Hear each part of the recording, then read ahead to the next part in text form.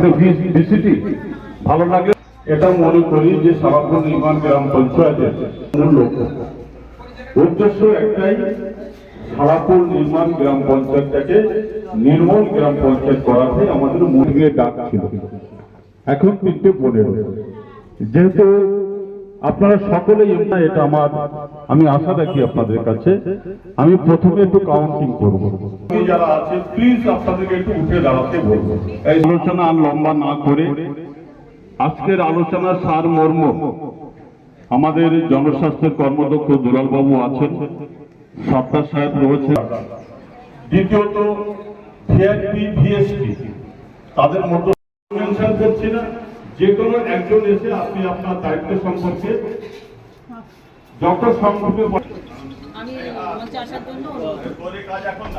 আমার joint video সাহেব আছেন, শ্রদ্ধেয় আমার কাকু কর্মাধ্যক্ষ আছেন, আমাদের অরিন্দম বাবু আছেন ব্লক থেকে, ডাক্তার সাহেব আছেন, এবং এই পঞ্চায়েতের যারা আছেন ইলেক্টেড মেম্বার এবং আমাদের স্বাস্থ্যের যারা সম্মানীয় ব্যক্তি আছে এবং আমার সহযোদ্ধা এবং যারা আরও এএনএম আরও সালাম জানিয়ে, যে জন্য আজকে আমাদের এই মূল প্রোগ্রাম আমার প্রধানটা বলে দিল যে আমরাই পারবো, আমরা সবাই মিলে আমাদের দায়িত্ব এই পঞ্চায়েতকে সুন্দর করতে গেলে একে অপরের পরিপূরক আমরাই পারবো।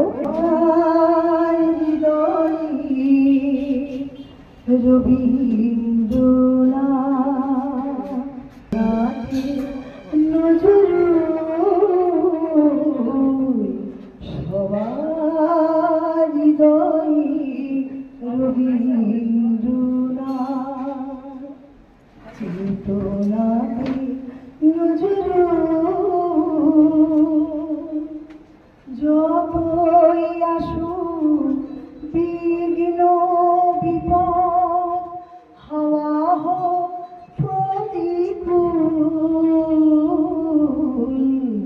সবার হৃদয়ে রবীন্দ্রনাথ, চেতনাতে নজরুল, সবার হৃদয়ে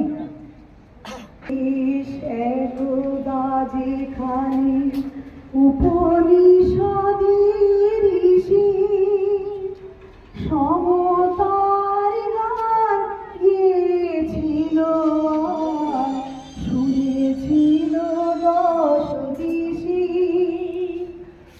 পিতামহী ভাষাতে আজ আমরা যে পথ চলি,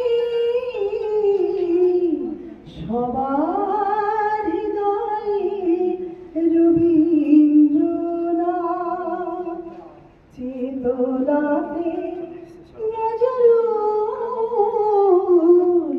সবার হৃদয়ে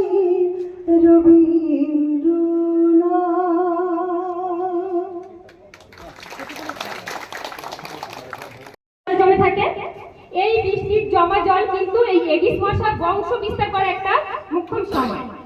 তো আপনারা অনেকেই হয়তো জানেন, আবার অনেকেই জানেন না। তো বৃষ্টির জমা জলে যখন এডিস মশা ডিম পাড়ে, সে কি সব জায়গায় ডিম পাড়ে? যেমন পুকুর, খাল, বিল, ড্রেনে জমা জল থাকে, বিভিন্ন ধরনের কন্টেনার, ছোট ছোট যে পাত্রগুলো তার মধ্যে জমা জল থাকে। তাহলে আমাদেরকে আগে জানতে হবে যে এই এডিস মশা কোথায় ডিম পাড়ে। এক কথায় 5 থেকে 7 ml জল ধরে এমন কোন ছোট পাত্র থেকে শুরু করে বড় পাত্র যেখানে ওই জলটা স্থির অবস্থায় থাকে, সেরকম জায়গায় কিন্তু এডিস মশা ডিম পাড়ে। তো আমরা মূলত যখন কাজ করি তখন বাড়ির যে ছোট ছোট কন্টেনার গুলো, সেই কন্টেনার গুলো আমি একটু 2-একটা নাম বলছি।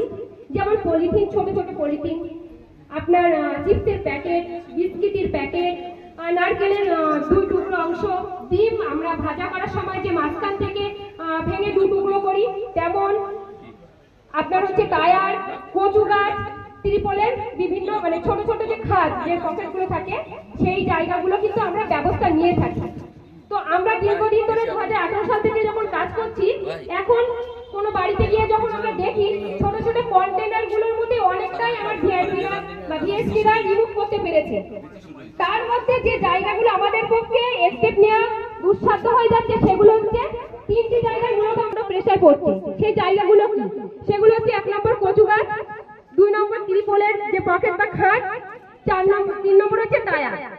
কারণ এই কচু গাছের যে ডাটা আছে, সেই কচু গাছের ডাটাটা একটু হাত দিয়ে টেনে দেখবেন, তার ভিতরে কিন্তু জল জমে এবং অধিকাংশ কচু গাছের ওই ডাটার ভিতরে কিন্তু মানে মশার লার্ভা থাকে। সুতরাং আমরা যখন কোনো বাড়িতে গিয়ে ওই ডাটাটা কাটার কথা বলছি, তখন কিন্তু সেই ডাটা কাটতে গিয়ে আমাদের হাত কেটে দেবে, এরকম একটা অবস্থা হয়ে যাচ্ছে। আবেদন করতে পারি যে বাড়িতে গিয়ে আমাদের এই কচু গাছ, টায়ার এবং ত্রিপলে ব্যবস্থা নিতে গিয়ে সমস্যা সৃষ্টি হচ্ছে, আমরা সেগুলোকে আপনাদের সামনে তুলে ধরবো। আপনারা যদি একটুখানি সহযোগিতার হাত বাড়িয়ে দেন, তাহলে মনে হয় আমরা কাজটা ভালোভাবে করতে পারবো। তার কারণ হচ্ছে আমরা এই 2024 সালে যে কটা ডেঙ্গু পেশেন্ট পাওয়া গেছে, তার বাড়িতে আমরা যখন ভিজিট করতে যাচ্ছি, তাহলে আমাকে বুঝতে হবে নিশ্চয়ই বাড়ির চারপাশে কোথাও না কোথাও এডিস মশার লার্ভা আছে। এবং যে কটা বাড়িতে আমরা কম বেশি গিয়েছি ভিজিট করতে, সেখানে কিন্তু আমি ওই লার্ভা পেয়েছি।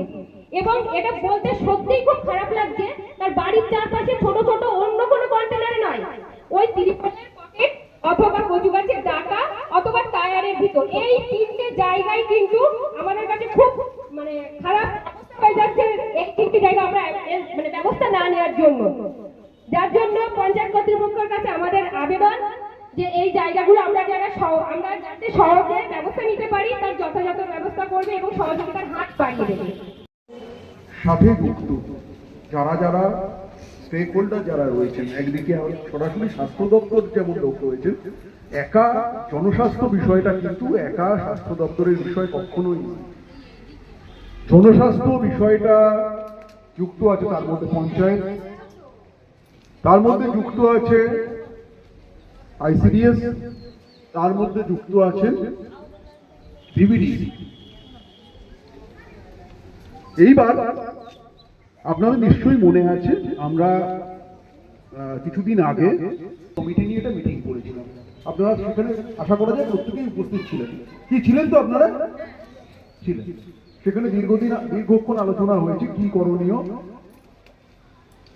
তাহলে আমার বলা মানে তার আবার পুনরাবৃত্তি হওয়া। 1 নম্বর যে আলোচনার মধ্যে আমরা দেখলাম, 1 নম্বর হচ্ছে অসুবিধা হচ্ছে পরিকাঠামোগত অসুবিধা আছে, অনেক জায়গাতেই আছে। আমি জানি না এখানে সমস্ত আইসিডিএস সেন্টার কিরকম, হেলথ সেন্টার, পরিকাঠামোগত সমস্যা বহু জায়গাতে রয়েছে। এবং শুধু পরিকাঠামোগত সমস্যা নয়, তার সাথে বহু জায়গাতে ভ্যাকেন্সিও আছে। আমি এখানে কি আইসিডিএস সবাই ফুলফিল, মানে কোনো ভ্যাকেন্সি নেই এরকম আছে না? সব যেহেতু এখানে রিক্রুটমেন্ট হয়েছে, আপনাদের পুরো মানে সবাই আছেন? আশাও তাই না, আশা নেই, আশা কম, আশা নেই, আশা অনেক ভ্যাকান্ট আছে।